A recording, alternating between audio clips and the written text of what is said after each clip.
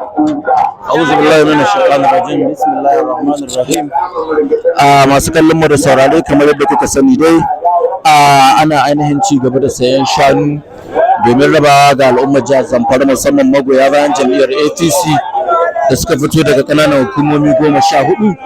mazaɓu 147 da suke ainihin a wannan jiha daga mai girma tsohon gwamnan jihar Zamfara Malam Abdulaziz Yara Abubakar Shattiman Zamfara a matsayin gudun Musa domin sauƙaƙewa al'umma ainihin gudanar da shagulgulan jajibiri da ainihin kuma bukukuwan sallar layya. Kamar yadda kuka sani dai mai girma tsohon shugaban jam'iyyar APC na jihar Zamfara kuma jagoran siyasar shehiya na wannan jihar Honorable Lawal M Liman Gabdon Kaura yake ainihin shugabantar wannan kwamiti wanda mai girma tsohon shugaban karamar hukumar mulkin Gusau injiniya Babangida Abdullahi zannan damba fagacin Gusau yake ma wakilci. Tare da shi akwai mai girma tsohon sakataren jam'iyyar APC na jihar Zamfara honorable Sani Musa Molo Talatan Mafara. Akwai mai girma tsohon mai bada shawara akan lamuran siyasa ga gwamnatin jihar Zamfara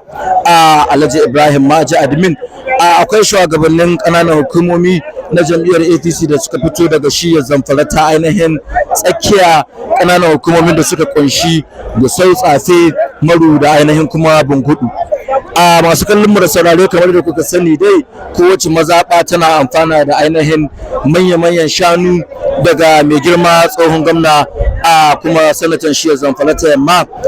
guda biyu, yayin da a hedikwatar jam'iyya ta karamar hukuma za ta amfana ita ma da ainihin sa ɗaya domin ainihin sauƙaƙe ma al'ummar jihar Zamfara musamman magoya bayan jam'iyyar APC a shagulgulan bukukuwan jajibiri na ainihin sallah babba. Masu kallon mu da saurare kamar yadda kuka sani dai ainihin wannan aiki an shafe shekaru ana yin shi tun mai girma tsohon gwamnan jihar Malam Abdulaziz yana gwamna har lokacin da muke ciki yanzu wannan shekara ta 2024 kenan a kasuwar Karachi ta Gusau muke hasko muku wannan bidiyo domin